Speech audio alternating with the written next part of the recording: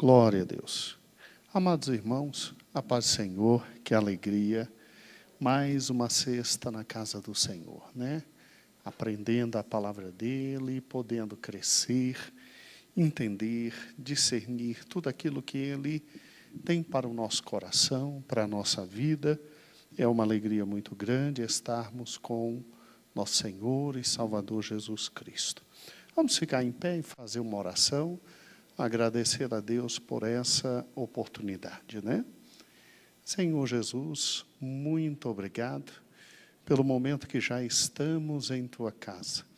Obrigado, Senhor, pelos irmãos que esta noite já estão aqui, por aqueles que estão vindo, ó Deus, guarda-os e livra-os de todo mal. E também queremos te pedir, ó Deus, abençoa os irmãos que assistirão dos seus lares. Nós te louvamos por essa rica oportunidade de aprender a Tua palavra, de estar em Tua presença. E, Senhor, fala ao nosso coração, fala à nossa vida. Nós te louvamos por absolutamente tudo que Tu estás fazendo. Bendito é o Teu nome, Senhor. Nós submetemos tudo, absolutamente tudo, ao Teu amado controle. Abençoa-nos com Tua palavra, é o que nós pedimos e desde já gratos te louvamos. Amém e amém. Podeis assentar, irmãos, louvado seja o nome do Senhor, né? É uma noite tão bonita, né? Uma noite fria, louvado seja o Senhor. No final de semana, nós tivemos a visita de alguns irmãos do Piauí, né? E aí fomos buscar e aí perguntaram, como é que está aqui, pastor? Está muito frio? Eu disse, olha, aqui é assim, 8 da manhã a gente sai de casaco. Quando dá meio-dia a gente tira o casaco. Aí fica até 4, 5 horas sem casaco e à noite, quando dá 6 horas, a gente bota de novo o casaco. Entendeu? Não sei se eles fizeram isso, mas louvado seja o nome do Senhor. Devem ter sobrevivido, chegaram ao Piauí em paz e agradeceram por todo o momento que estiveram aqui. Meus amados irmãos, nós estamos, então, nos últimos momentos da monarquia ali em Judá. A monarquia em Israel já foi para o espaço há muito tempo. E agora nós estamos vendo literalmente os últimos reis de Judá.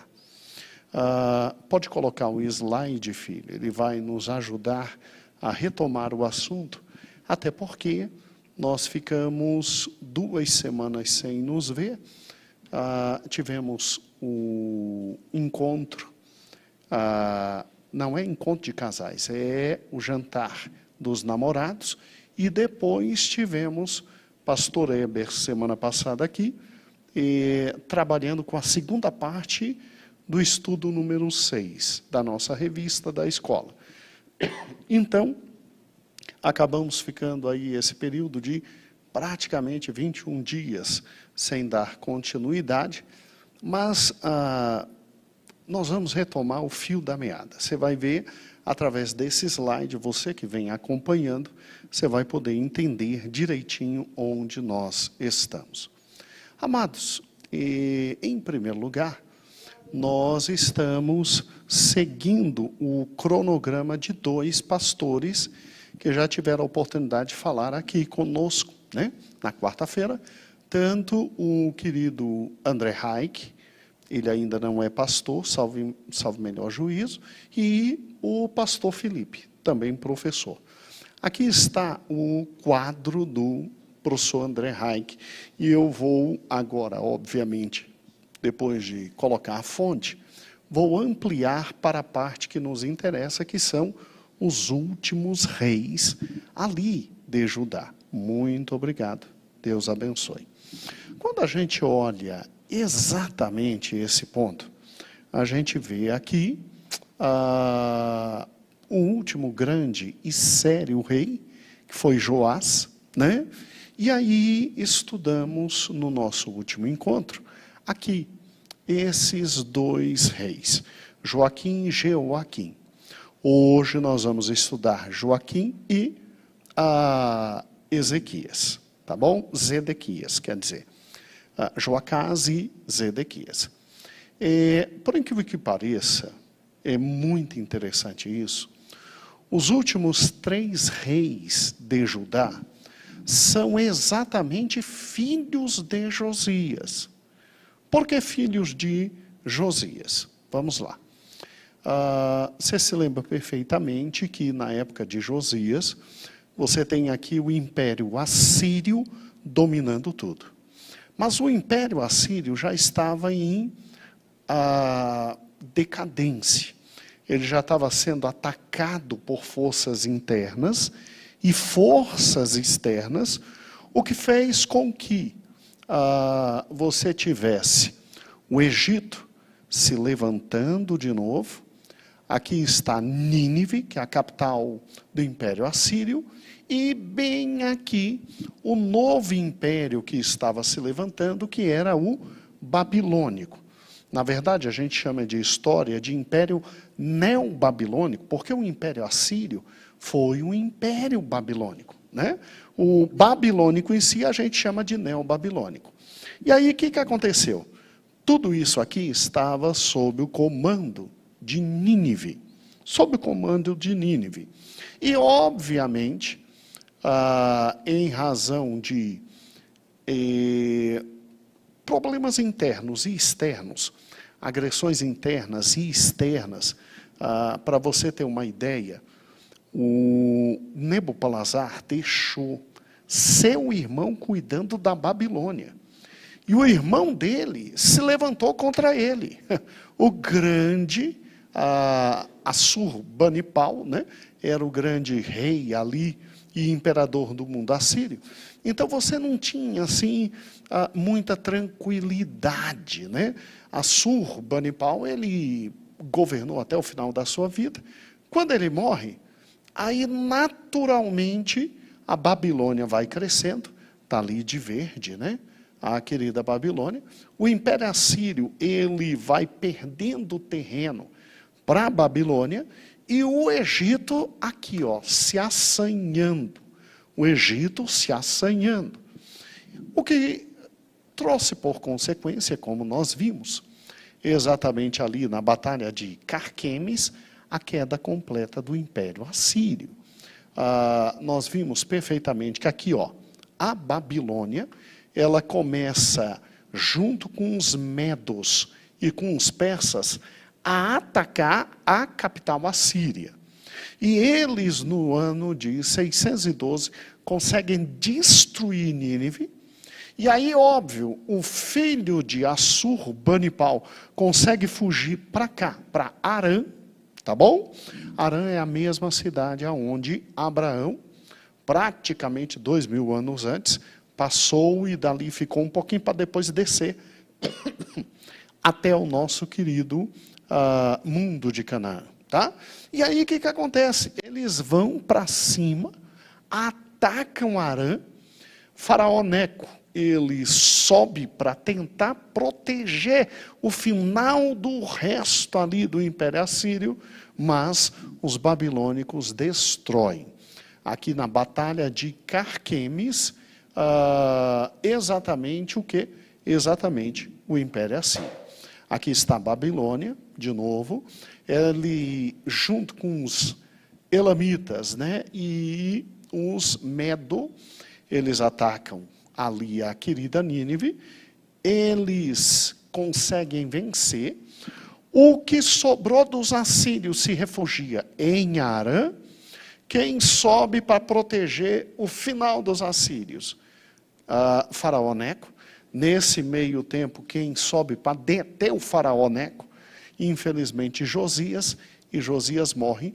E na batalha ali do cantinho de Carquemes, cai definitivamente o Império Assírio. Cai definitivamente o Império Assírio. E aí é óbvio, Nabucodonosor agora está livre para quê?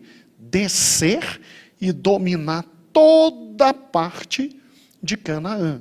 Dominando Canaã, ele estaria dominando tanto Israel que sobrou de Israel, né, que já estava na mão dos assírios, e dominando Judá.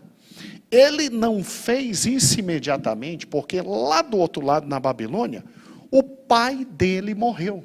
Nabopolassar morreu. Aí Nabucodonosor tem que voltar correndo para poder assumir o trono do seu pai.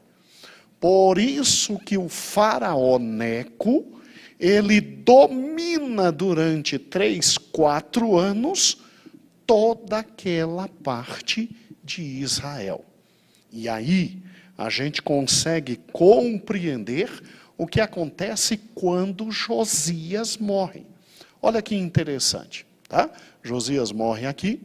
Faraó Neco, ele controla absolutamente tudo. Com a morte de Josias, quem tem que vir para o trono? Jeoacás, que é o filho mais velho de Josias. Mas quem é que está mandando em toda a Palestina na época? Está mandando na Palestina Faraó Neco, tá? Que sobe para combater Nabucodonosor. E que só não tem uma grande batalha naquele momento, porque Nabucodonosor tem que voltar para a Babilônia, porque o pai dele tinha morrido. Nessa ausência de poder, Faraó Neco, ele assume, e a primeira coisa que ele faz é tirar o irmão mais velho e botar o irmão do meio. Ou seja, Jeoacás, ele domina e ele é considerado rei por 3 meses. Isso está em 2 Reis, capítulo 23. Ele governa por 3 meses, e segundo livro de 2 Reis, capítulo 23, filho, tenta botar minha imagem ao baixo, se puder, tá bom? Versículo 31 diz, tinha Jeoacás 23 anos de idade, quando começou a reinar, e reinou 3 meses. Por que ele reinou 3 meses? Versículo 33, porque Faraó Neco mandou prendê-lo e colocou no lugar dele, versículo 34, o irmão dele, Eliaquim, que era também filho de Josias. Eliaquim, filho de Josias, e que mudou o nome dele para Jeoaquim. Mudou para Jeoaquim. Então, olha que interessante. Pastor, e Jeoacás morreu no Egito? Morreu no Egito. E ficou no lugar dele Jeoaquim. Agora, olha que interessante. Nós vimos semana passada aqui, Jeoacás, passada não, retrasada, chegou ao trono aos 23 anos, governou 3 meses, e bastou 3 meses para o Senhor odiá-lo, porque ele fez o que era mal aos olhos de quem? Do Senhor, né? E aí é óbvio, Faraó Neco, depois, para colocar o irmão dele, e inclusive mudar o nome de Eliaquim para Jeoaquim, ok? Aí vamos lá, olha que interessante. Jeoaquim assume o poder, e ele é irmão do rei mais velho, filho também de Joás. Quando ele assume o poder, ele fica no poder 11 anos. Quem é que volta para dominar toda a Palestina e o Egito? Quem tinha saído e, obviamente, agora retornou. Nabucodonosor. Nabucodonosor vence definitivamente em Carquemes, tem a grande vitória em Carquemes, e a primeira coisa que ele faz é ir para Jerusalém. Porque ele vai descer, ele vai chegar em Jerusalém, e Jeoaquim, no 4º ano do governo dele, morrendo de medo do grande Nabucodonosor, simplesmente deixa o faraó Neco e se transforma em quê? Em servo do rei da Babilônia. Se transforma em servo de quem? De Nabucodonosor.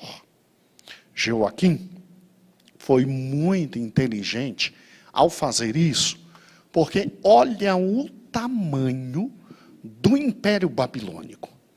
Se você comparar o Império Babilônico com o Império Assírio, o babilônico dominou tudo que o assírio dominou e ainda mais um pouquinho. Para o leste e para o oeste. Ele alcançou uma proporção que o Império Assírio não alcançou. E se você parar e pensar, dá uma olhadinha ali, ó, bem na parte baixa do mapa. Ali está quem? Ali está, obviamente, Jerusalém e Samaria. Destaque para a gente, Jojo, Jerusalém e Samaria, por gentileza, dá um destaque especial. Vamos lá? Bem perto do mar Mediterrâneo, filho. E isso, olha ali, ó. Então, facilmente, Nabucodonosor veio e dominou absolutamente toda esta área. E o que é interessante é que quem estava agora no controle era o irmão do meio. E o filho do meio, ele se chamava Jeoaquim e ele reina por 11 anos. E aí nós vimos no nosso último estudo, pode diminuir, filho, que Jeoaquim teve uma chance de ouro. Por quê? Vamos lá. Ele, no 4º ano do seu reinado, deixa de servir o faraó Neco, passa a servir a Babilônia, e olhe para cá que interessante. Ele teve exatamente quanto tempo de reinado? Olha aqui, ó. Ele teve exatamente 11 anos de reinado. Eu vou retirar aqui, vou pedir para que você, Josué, amplie por gentileza, tá bom? Pega lá em cima, por gentileza, um pouco mais, e isso, para que meus irmãos possam entender. Então, aos 31 anos de reinado, 39 anos de vida, morre Joás. Quem tem que assumir? O filho mais velho dele, Jeoacás. Ele assumiu? Assumiu. Ficou 3 meses no poder, porque quem mandava era faraó Neco. Tirou do poder, botou quem? Jeoaquim. Agora vai descendo devagar, Josué, por gentileza. Jeoaquim governa durante exatos 11 anos. Ok? Chegamos aí nos 11 anos de governo dele. O que vai acontecer após 11 anos de governo? Ele vai loucamente desafiar Nabucodonosor. Confiando no Egito, ele desafia Nabucodonosor. E você está vendo ali os 7, 8 e 9? 7, 8 e 9 é o 7º, o 8º e o 9º ano de governo de Nabucodonosor. Quem é que volta e simplesmente traz a segunda grande invasão, arrebentando Jerusalém? Quem? Nabucodonosor. Coincide com a morte de Jeoaquim, e aí, imediatamente, segundo Reis, capítulo de número 24, capítulo de número 24, ok? Você tem esse momento importante, aonde você tem o filho de Jeoaquim assumindo o trono, que é Joaquim, versículo 8. É tudo o mesmo nome, né? Meu Pai eterno. Arrebenta a gente. Joaquim tinha 18 anos, segundo o versículo 8, quando começou a reinar. Só que tem um problema. Quem é que chega em Jerusalém e domina Jerusalém? Nabucodonosor. Daí Joaquim reinar só por 3 meses. E reinou 3 meses em Jerusalém. Reinou 3 meses em Jerusalém. O que Nabucodonosor fez? Nabucodonosor tira Joaquim, filho de Jeoaquim, e bota para reinar seu tio, Zedequias. Seu tio. Se era tio dele, vamos lá, diminui um pouquinho o filho. Se era tio dele, Zedequias era o terceiro filho de Joás. Joás teve o primeiro filho, que governou 3 meses. Foi retirado pelo faraó Neco. E foi colocado o segundo filho, que reina 11 anos. E aí, com a morte do segundo filho, vem o neto de Joás governar. Só que esse é retirado, Joaquim, e colocam o tio dele. Então, o terceiro rei é o terceiro filho de Joás. Vem o tio dele governar. Olha que interessante.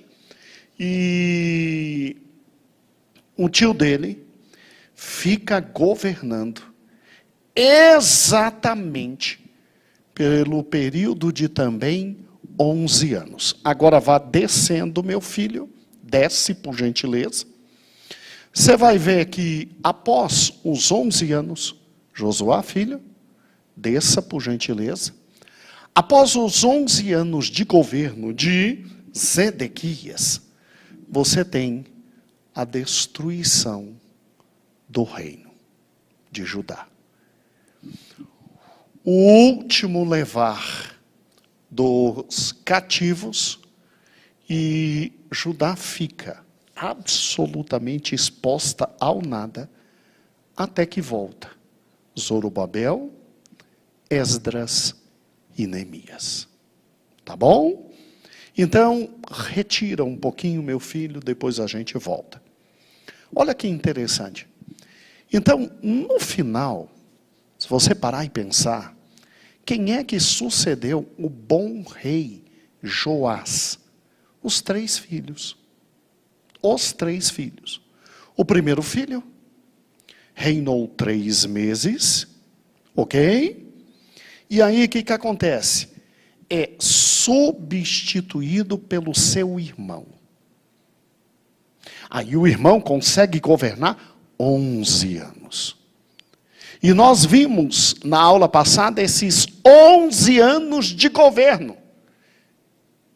Aí ele morre. O filho dele ia governar. É retirado, governa só 3 meses, é retirado. E o tio dele governa, ou seja, o terceiro filho de Joás. E o que é interessante nesses 2 que governaram só 3 meses e foram retirados, é que o nome deles foi trocado. Olha que interessante, o versículo 31. Tinha Jeoacás 23 anos de idade quando começou a reinar, e 3 meses reinou em Jerusalém. Por quê? Versículo 33 explica. Porque Faraó Neco mandou prender e o substituiu. Versículo 34. E Faraó Neco lhe estabeleceu a Eliaquim, filho de Josias, em lugar de Josias, seu pai. E mudou o nome dele para Jeoaquim. Aí Jeoaquim reina 11 anos e morre. Quando Jeoaquim morre, versículo de número 8, de 2 Reis 24. Tinha Joaquim 18 anos de idade quando começou a reinar, e reinou 3 meses. Por quê? Porque versículo 17 diz que o rei da Babilônia veio e tirou ele, e botou em seu lugar, em lugar de Joaquim, Matanias. Matanias. E lhe mudou o nome para Zede, e Zedequias reinou 11 anos. Então, os 3 últimos reis de Judá foram os 3 filhos de Joás. 3 meses, o outro 11 anos. Aí vem o neto de Joás, 3 meses é retirado, e o seu tio reina por 11 anos. se o reinado do segundo filho foi um desastre, como vimos na aula passada, e o reinado do terceiro? E Zedequias? Será que de Zedequias, o terceiro filho de Joás, último rei de Israel, na verdade seu nome era Matanias, e foi trocado por Nabucodonosor para Zedequias, será que foi um homem que tinha prudência e buscou o Senhor? Bem, vamos lá. Em 2 Reis, capítulo 24, nos diz que, lá no versículo 18, que quando ele começa a reinar, ele tinha 21 anos de idade. Se ele reinou 11 anos, então aos 32 anos ele morreu. E a Bíblia diz que ele reinou 11 anos em Jerusalém. E versículo 19 diz que ele fez o que era mal aos olhos do Senhor, tudo quanto tinha feito seu irmão. Quem era o irmão dele? Joaquim, ou Jeoaquim. Tudo quanto tinha feito seu irmão. Pois assim sucedeu por causa da ira do Senhor contra Jerusalém, contra Judá, até os rejeitar da sua face. E Zedequias comete o pior ato da vida dele, que é se revoltar contra o rei da Babilônia. Gente, como é que foi o reinado de Zedequias?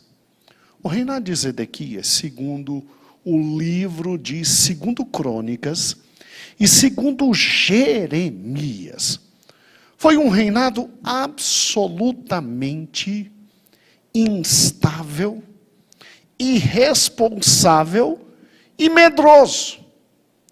A Bíblia, quando fala deste rei, diz que até que no início de suas decisões, ele até começou bem. Ele chama o povo para um jejum, ele conversa muito com o profeta Jeremias. Mas aqui, ele já tinha sofrido um cerco babilônico, que inclusive foi um dos motivos da morte do seu irmão. E ele ficou, segundo a palavra de Deus, com um povo que infelizmente lidava conselhos incorretos, conselhos errados. Gente, Zedequias vivia entre a voz do profeta Jeremias e a voz dos seus líderes. Zedequias vivia entre o que Deus falava por intermédio de Jeremias e o que o diabo falava por intermédio dos falsos profetas. E aí o que acontece? Como ele não tinha discernimento de espírito e como ele simplesmente estava perdido entre Jeremias e os falsos profetas, Jeremias e tudo, exatamente tudo o que os conselheiros reais dele diziam, que era diametralmente o oposto, irmãos, esse homem simplesmente seguiu errados conselhos e o Senhor, por intermédio de Nabucodonosor, faz com que ele seja o último dos reis de Judá, e Judá caia fragorosamente diante da Babilônia e nunca mais se levante. Nunca mais se levante. Judá dependeu de um edito de Cire, da misericórdia dos medo-persas, para depois retornar. Mas durante todo o Império Babilônico, Judá deixou de existir. Estava às traças, completamente às traças. Agora, quando a gente para e pensa nisso, deixa eu lhe mostrar alguns textos para você entender como este rei, coitado, ele estava absolutamente perdido. Abra comigo, por gentileza, em Jeremias, tá certo? Deixa eu achar aqui, Isaías, Jeremias. Isso. Em Jeremias. Quando você pega Jeremias,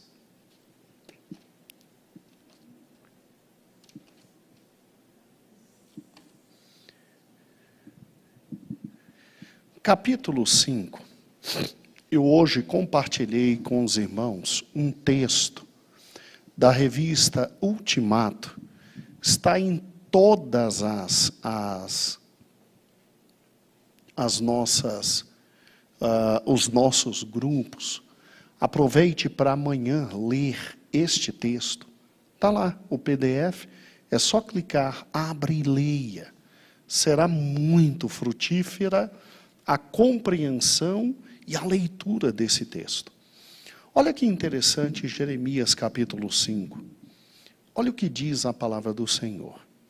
Deus chama Jeremias e diz assim: dai voltas às ruas de Jerusalém e vede agora, e informai-vos, e buscai pelas suas praças, a ter, se achais alguém, ou se há um homem que pratique a justiça, ou busque a verdade, e eu lhe perdoarei. Eu nunca vi um texto na palavra do Senhor tão forte quanto esse. Sabe o que é Deus simplesmente dizer para Jeremias e diz, ó, anda nesta fabulosa e enorme cidade e vê se você encontra um homem que pratique a justiça e que busque a verdade. Olha a cegueira espiritual do povo de Deus. Versículo 2. E ainda que digam, vive o Senhor, de certo, falsamente juram. Ah, Senhor, não atente os teus olhos para a verdade? Feriste-os e não lhes doeu. Consumiste-os e não quiseram receber a correção. E endureceram suas faces mais do que uma rocha e não quiseram voltar. Ou seja, Deus já vinha trabalhando e punindo, mas eles voltavam as costas atrás. Quando Zedequias governa, os homens e mulheres que estão lá e que ainda não foram levados para Babilônia, são homens dessa natureza. Eu, porém, disse, deveras, são pobres, são loucos, pois não sabem o caminho do Senhor e o juízo do seu Deus. Irei aos grandes e falarei com eles, porque eles sabem o caminho do Senhor, o juízo de Deus, mas estes, de comum acordo, quebram o jugo e rompem as ataduras.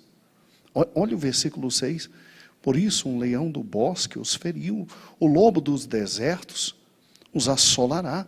Um leopardo vigia contra as suas cidades, qualquer que sair delas será despedaçado, porque sua transgressão se multiplicaram, e multiplicaram-se as suas apostasias. Ou seja, Deus está dizendo, eu vou trazer um povo e acabar com tudo. Versículo 7. Como vendo isso, te perdoaria. Teus filhos me deixam a mim e juram pelos que não são deuses, idolatria. Depois de eu os ter fartado, adulteram em casa de meretrizes, se ajuntaram em bandos, como cavalos bem fartos, levantam-se pela manhã, rinchando cada um a mulher do seu companheiro.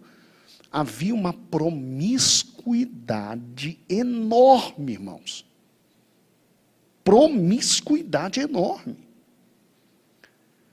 Deixaria eu de castigar estas coisas, diz o Senhor? Eu não me vingaria a minha alma de uma nação como esta. Subi aos meus muros e destruí. Não façais, porém, uma destruição final. Tirai as suas ameias, porque não são do Senhor.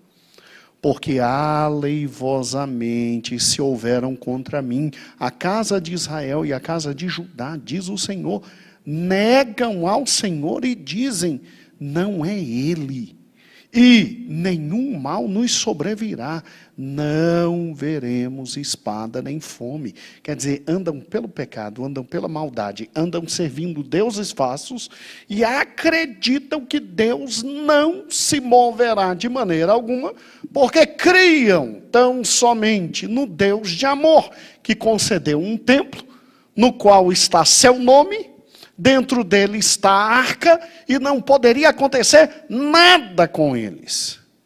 Olha que loucura. Versículo 13. E até os profetas se farão como vento, porque a palavra não está com eles. Ou seja, Deus está dizendo, falsa profecia de cima a baixo. Assim lhes sucederá a eles mesmos. Portanto, assim diz o Senhor Deus dos exércitos. Portanto, dissestes tais palavras, eis que eu converterei as minhas palavras na tua boca em fogo, e este povo em lenha, e eles serão consumidos. Eu trarei sobre vós uma nação de longe, ó casa de Israel, uma nação robusta, antiguíssima, uma nação cuja língua ignorarás, e não entenderás o que ela falar. E a sua alívio é como sepultura aberta, e todos eles são valentes, e comerão a tua cega, o teu pão, hão de comer teus filhos e tuas filhas, e comerão tuas ovelhas, tuas vacas, comerão tua vide, tua figueira, e as cidades fortes comerão, aquelas cidades que confiavas, abatê-las-ão a espada. Olha a promessa de Deus. E quando o Senhor fala isso, o Senhor tem em mente o quê? Vá agora para 2º livro de Crônicas, capítulo 36. Descreve quem foi o último rei de Judá, como era a sociedade, e o que, infelizmente, eles estavam fazendo. Então, o último filho de Joás, a governar, que foi exatamente a Zedequias, olha a descrição espiritual desse homem. E veja se não tinha realmente chegado o momento da misericórdia de Deus se acabar e aquele povo ser entregue definitivamente à morte. Estou em 2 Crônicas, capítulo 36, versículo 11. Diz assim: Era Zedequias da idade de 25 anos quando começou a reinar, e 11 anos reinou em Jerusalém. Fez o que era mal aos olhos do Senhor, seu Deus. Nem se humilhou perante o profeta Jeremias, que falava da parte do Senhor. E que ele pedia conselho sempre, todo dia, toda hora. Mas quando ele pedia conselho aos seus grandes e poderosos, o conselho era o contrário. E o pior, os profetas na época falavam o contrário de Jeremias. Ele olhava e dizia, não é possível que só esse homem está falando a verdade. Vamos lá? Versículo 13. Além disso, também se rebelou contra o rei Nabucodonosor. Gente, Jeremias tinha chegado e tinha dito, são 70 anos que vocês vão ficar em cativeiro. Mandou uma carta para aqueles que tinham ido na primeira leva e na segunda leva, mandou uma carta dizendo: tenham filhos, casem-se, construam casa, plantem vinha. Ou seja, mesmo diante do cativeiro, Deus ainda teria misericórdia. E aí, depois de 70 anos, vocês vão voltar. Aí em Jeremias, capítulo 30, ele diz: quando vocês voltarem, pode ficar tranquilo, vai estar tudo destruído, tudo acabado, e vai ser o período mais difícil da história de vocês. Não vai ser fácil. Vocês vão servir a outros povos, até que lá na frente o Senhor comece a regenerar vocês. E isso acontece só em 1947, com a declaração do Estado de Israel. Agora, olhe que interessante. O maluco do Zedequias, o que ele faz? Ele se rebela contra Nabucodonosor. E Jeremias dizendo: gente, não vamos nos rebelar, se entreguem, não vamos nos rebelar. Nabucodonosor veio, cercou a cidade. Quando o povo estava começando a passar fome, ele conseguiu entrar na cidade. Zedequias foge. Nabucodonosor pega Zedequias, prende, mata os filhos de Zedequias na frente dele, fura os olhos de Zedequias e o leva para a Babilônia, onde ele morreu. Olha que interessante. Versículo 13. Além disso, também se rebelou contra o rei Nabucodonosor, que o tinha ajuramentado por Deus. Ou seja, quem colocou ele lá foi o próprio Nabucodonosor. Ele não entende que esse foi um ato de misericórdia de Deus. Mas endureceu a sua cerviz, porque os malucos que estavam do lado dele disseram: assim como Deus foi com Moisés, vai ser com a gente. Assim como foi com Josué, vai ser com a gente. Você é filho de Davi, Deus está com a gente. Mas se arrebentou todo. Vamos lá. Tanto que se obstinou no seu coração, que não se converteu ao Senhor Deus de Israel. Se você tem um rei que não se converte ao Senhor Deus... Olha o versículo 14. Também todos os chefes dos sacerdotes e o povo aumentavam de mais em mais as transgressões. Você tem o rei que não serve a Deus. Pelo menos vamos ver o elo religioso se serve a Deus. Não.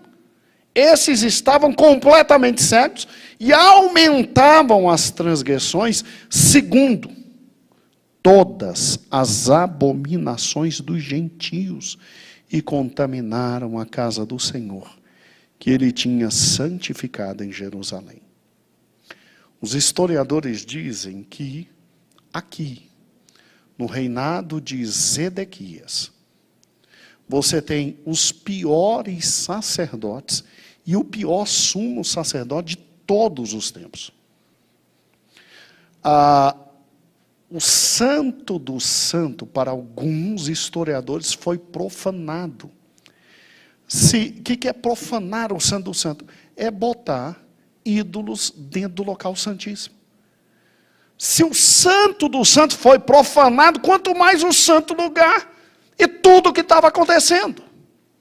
Porque aqui, você coloca ídolos babilônicos, Marduk, Astarote, e aí vai, né? Ídolos dos egípcios, e Deus estava com nojo de tudo aquilo. Vamos lá, versículo 15. E o Senhor, Deus de seus pais, lhes enviou a sua palavra pelos seus mensageiros, madrugando e enviando-lhes,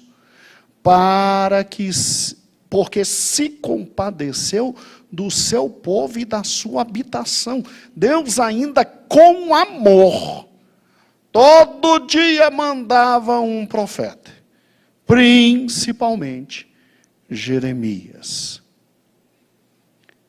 Bem, quando o povo está cego, versículo 16, porém zombaram dos mensageiros de Deus, desprezaram as suas palavras, escarneceram dos seus profetas. Irmãos, qual é a consequência? Até que o furor do Senhor subiu tanto contra o seu povo, que mais nenhum remédio houve. Porque fez subir contra eles o rei dos caldeus, o qual matou os seus jovens à espada, na casa do santuário, e não teve piedade de nenhum dos jovens, nem das moças, nem dos velhos, nem dos decrépitos, os doentes, né, em estágio terminal, e todos os deu nas suas mãos. E todos os utensílios da casa de Deus, grandes e pequenos, e os tesouros da casa do Senhor, e os tesouros do rei, dos seus príncipes, tudo levou para a Babilônia. E queimaram a casa de Deus. Derribaram os muros de Jerusalém e todos os seus palácios queimaram, destruindo também todos os seus preciosos objetos. E os que escaparam da espada, levou para a Babilônia. Fizeram servo dele e dos seus filhos, até o tempo do reino da Pérsia. Aqui está falando, irmãos, da destruição completa de Jerusalém e do templo. E daí é que vem o livro de Lamentações de Jeremias. Para você entender o que acontece, já está no nosso canal o livro de Lamentações de Jeremias. Por isso que colocamos e estudamos Lamentações nos estudos diários, para agora sim vir o retorno. Agora sim vir Esdras, Neemias e Ester. Versículo 27. Para que se cumprisse a palavra do Senhor pela boca de Jeremias, até que a terra se agradasse dos seus sábados. Porque, irmãos, se eles estavam alienados espiritualmente, eles faziam a terra descansar. De 50 em 50 anos tinha um jubileu, tinha um retorno ao status quo antes da escravidão, com misericórdia e perdão de dívidas. Não. E todos os dias da desolação repousou, até que os 70 anos se cumpriram. Por que 70 anos? Porque o povo de Deus estava tão perdido, que o ano sabático, que eles tinham que deixar a terra descansar, Deus disse, vocês vão trabalhar a terra 6 anos. No 7º ano, pode ficar tranquilo, que no 6º eu vou dar provisão para o 6º e para o 7º. Mas eu quero que no 7º ano a terra descanse. Eles obedeciam a Deus? Não. Descanso da terra? Nenhum. Deus pegou e colocou eles no cativeiro 70 anos, porque a terra tinha direito ao descanso. 70 anos a terra descansou.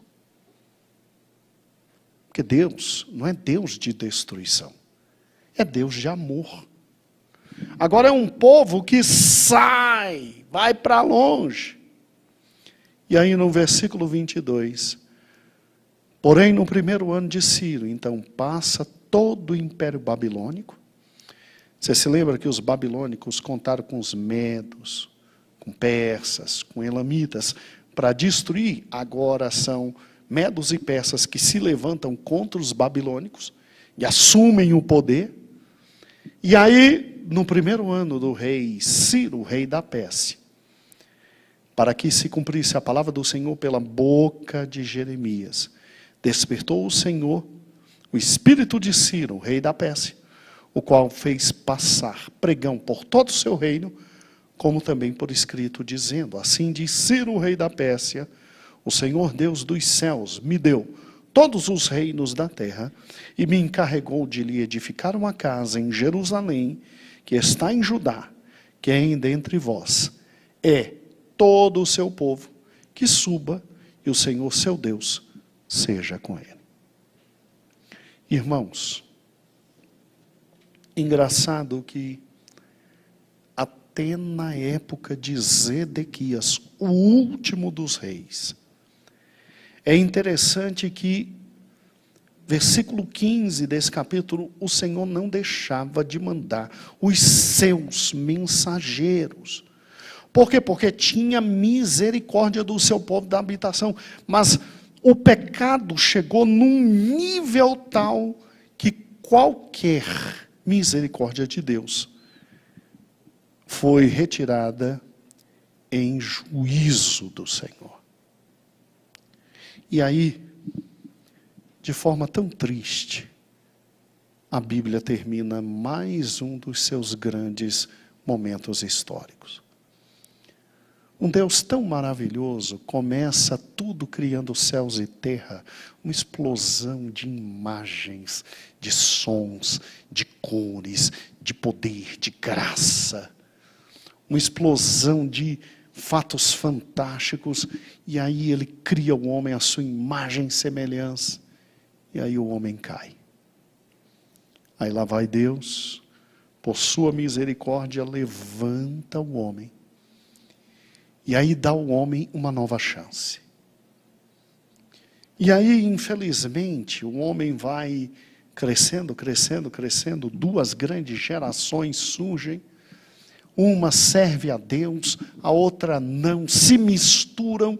Chegou ao ponto de, em Gênesis 6, dizer que o pensamento do coração de todo homem era maligno todo momento e toda hora. Aí o pecado chega aos céus de tal forma que Deus diz: não, não, não, não, não, basta. E aí vem o juízo de Deus com dilúvio. Todos os homens morrem, tudo recomeça. E aí, depois que tudo recomeça, a maldade ainda está no coração do homem. Aí Deus trabalha novamente, chama uma família da qual abençoaria o mundo, e pega aquela família e trata muito bem, e a faz crescer, e trata com misericórdia. E dela viria absolutamente tudo, e tem com ela uma relação maravilhosa para que aquela família crescesse, se tornasse um povo grande e luz para todos os povos. A família acaba escravizada no Egito. Gostaram tanto do Egito, ficaram tanto lá, que chegou o momento de sair, não saíram. E por não saírem, se transformam em escravos. Lá vai Deus com mão forte e retira esse povo. Coloca esse povo numa terra, uma terra em que ele prometeu que haveria provisão de tudo. Esse povo, depois que morre os grandes homens, esse povo começa a brincar com Deus de tal forma que um ciclo horrível de ora servindo a Deus, ora servindo ao diabo, ora servindo a Deus, ora servindo ao diabo, faz com que esse povo se perca historicamente e seja um nada durante 350 anos. Período do juízo. Até que Deus, então, levanta reis, e com a monarquia, Deus resolve abençoar de novo o seu povo. E aí, quando se tinham reis maravilhosos, o povo servia a Deus. Quando se tinham reis que não tinham compromisso nenhum com Deus, o povo se via absolutamente perdido e em pecado. E o pecado é prazeroso. De tal forma que o povo se divide em dois grandes reinos. O reino do norte é completamente destruído em 722, em razão das mesmas palavras que Amós traz, que aqui estão. No ano 586, Zedequias, por ser o último dos homens que Deus deu a chance de um recomeço, ele faz tudo errado, ele não escuta os profetas do Senhor, ele leva o povo a esse erro, e agora Israel está destruído, Judá também. Israel está acabado, Judá também. E é interessante como quem fica na terra de Judá são os pobres, são os fracos, e que, segundo os historiadores, agora passam a ser espoliados pelos samaritanos, que sempre se aproveitam da fraqueza dos irmãos do sul, os do norte. E aí é nesse ar de tristeza, assombro, melancolia, dor, nesse ar absolutamente difícil, que Deus agora vai começar um novo período da história deles. O período cativeiro e o período pós-cativeiro. E é interessante que não se levanta mais no meio deles líderes prodigiosos. É interessante que agora eles que estavam na mão da Assíria, passam agora para a mão da Babilônia, vão passar para a mão dos gregos, depois serão amassados pelos romanos, e depois que o Império Romano cai, aí são triturados pelos bizantinos, pelos otomanos.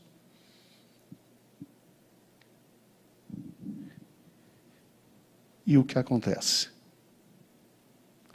No caso de maior dor, que ainda não é essa, ainda vem lá na frente, Deus envia seu Filho. E simplesmente eles não conseguem ver e entender quem foi Cristo, o Messias. E aí nós surgimos. Nós fomos recebidos. Nós fomos levantados. Engraçado, né, que o templo foi arrebentado. Agora o Senhor vai trazer uma nova chama de esperança com Ciro.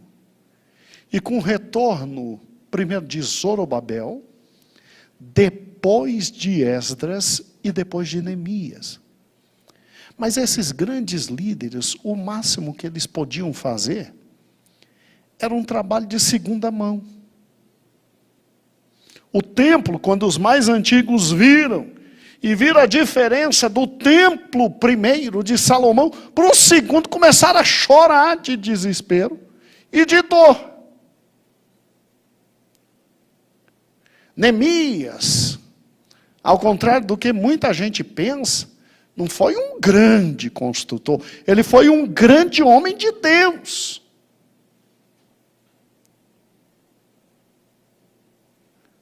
Mas construtor, como os grandes do passado,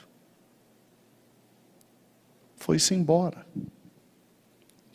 E aí quando Deus envia seu Filho, com o qual tudo podia mudar, eles não entenderam. Eles não compreenderam. E aí nós surgimos. E nós somos agora esse povo que eles eram. Nós somos a nação santa. O sacerdócio o quê? Real. O povo o quê? escolhido, de propriedade exclusiva. Para quê? Para anunciar as virtudes daquele que nos chamou das trevas para a sua o quê? Maravilhosa luz. Escute. Israel era para brilhar entre as nações. Os povos tinham que ver Israel e desejar o Deus de Israel. Olhem que se tornaram. Irmãos, Paulo diz que tudo no Velho Testamento foi escrito para nossa instrução. Eu e você fomos levantados para que qualquer um, ao ver nossa vida, deseje Jesus Cristo.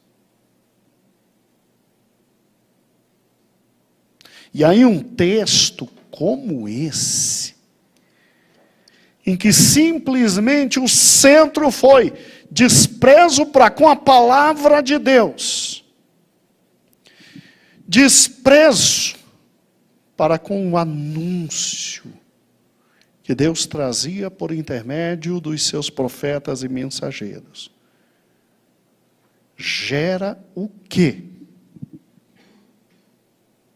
Gera o quê? Gera uma vida tão atolada no pecado, tão junta com o pecado, tão terrivelmente dedicada ao pecado, que a única coisa que sobra da parte de Deus é ira. Irmãos, nós temos o que há de mais precioso no mundo, que é o Evangelho. Que é o Evangelho.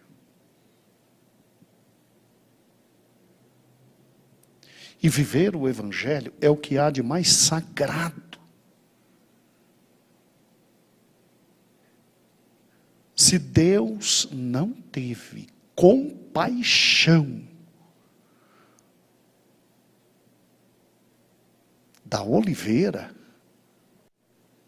Paulo diz: e o que será de nós, que somos meros ramos enxertados? Texto como esse nos faz pensar que com Deus não se brinca, com a palavra de Deus não se brinca, com vida espiritual não se brinca.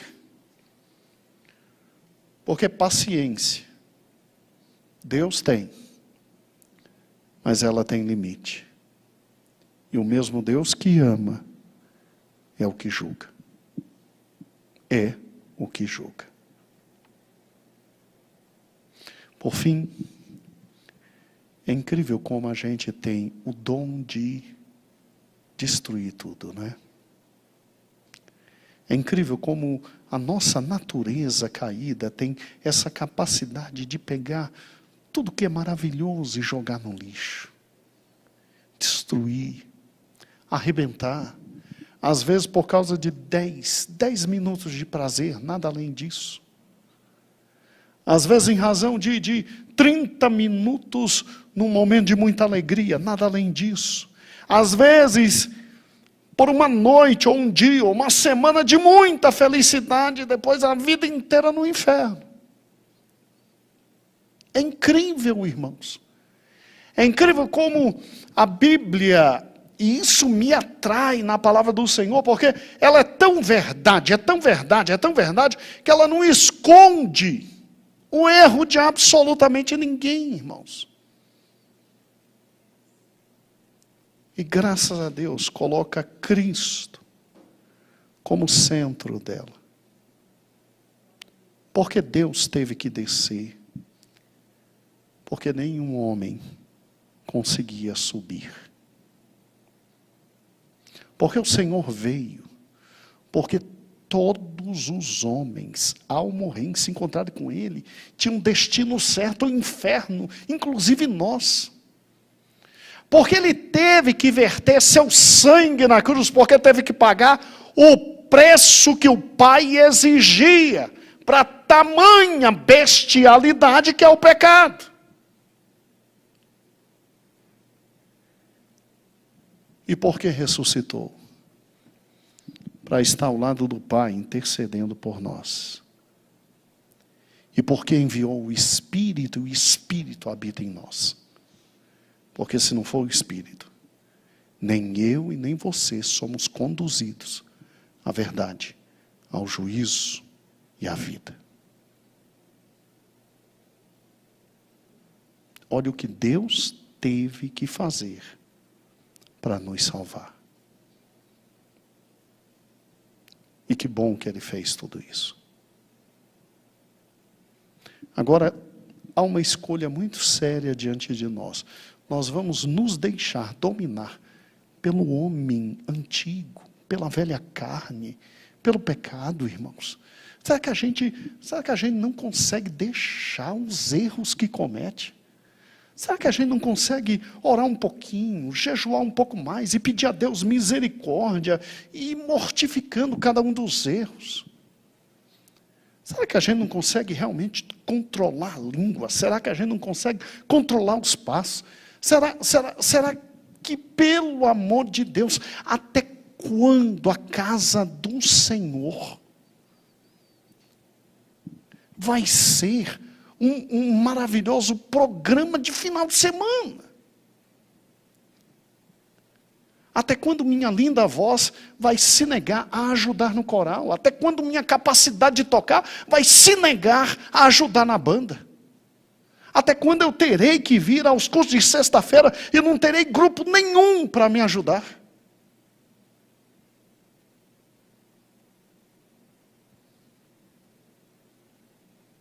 É sério.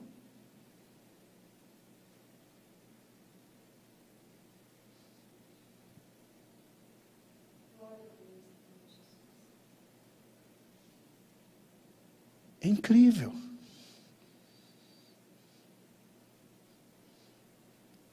Até quando a gente não conseguirá dobrar o joelho de manhã quando acorda e pedir a Deus misericórdia?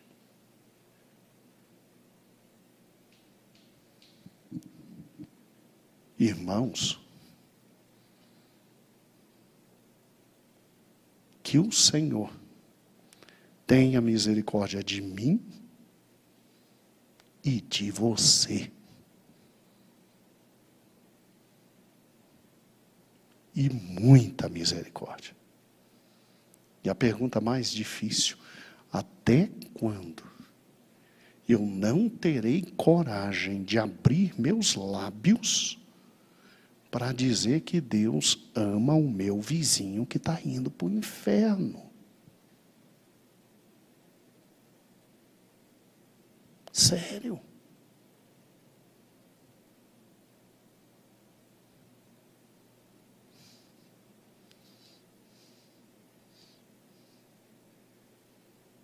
Que o Senhor tenha misericórdia de nós. E nos faça dignos de tão elevada posição, para a honra e glória do nome dEle. Senhor meu Deus, nós estamos nesse momento terminando todo o período monárquico. Eu te louvo, Senhor, porque cada rei nos ensinou tanta coisa. Tanta coisa. Eu te louvo porque cada monarca, com seus acertos e erros, nos deram lições maravilhosas.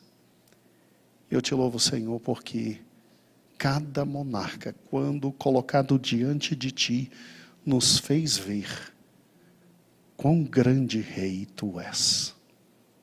Quão grande rei tu és. Aqui cai Zedequias, o último dos 3 filhos de Josias. 3 filhos e nenhum altura do grande pai que tiveram. Oh Deus eterno, quando não se escutam os teus servos, Isaías, Jeremias, Amós, Miqueias, Oséias, Obadias, Naum, quando não se escuta, a dor e a morte são a consequência. Senhor, ajuda-nos a colocar a Tua palavra no nosso coração e viver a Tua palavra. Deus, eu me alegro tanto em chegar aqui na sexta-feira e ver um grupo tão bom como esse, Deus. Muito obrigado, isso nos anima, nos alegra. Senhor, eu me alegro em saber que muitas casas estão neste momento abertas para ouvir a Tua voz. Muito obrigado, Senhor. Mas eu não vou poder mudar o Teu Evangelho e simplesmente trazer aquilo que a Tua palavra não tem. Senhor, muito obrigado porque em todas as fases da história nós temos um final tão difícil e tão horrível e tão pesado, mas isso é porque Tu não ainda estavas entre nós.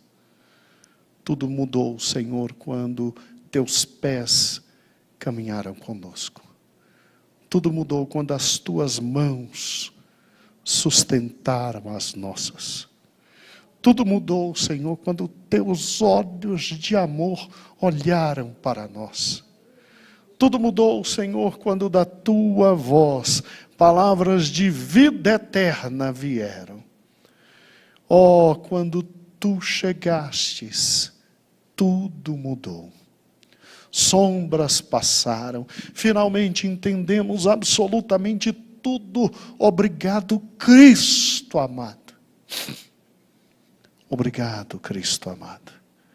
Não permita, ó Deus, que o nosso coração também não mude. Nós temos que estar à altura do Teu Evangelho. À altura do Teu Evangelho. E nós Te louvamos pelo Teu Evangelho. Muito obrigado porque Tu és o último grande Rei. E o Teu reino já começou. E ele não terá fim. E Tu és Rei de justiça, graça e misericórdia. E um dia teremos o Teu reino estabelecido aqui, ó Deus, para todo sempre. Nós desde esse momento, aguardando esse momento, Te louvamos. Muito obrigado, Cristo. Amém e amém. Como Deus é bom, né? Ainda bem que não termina no Velho Testamento. Ainda bem que tem o Novo Testamento. O grande Rei chegou.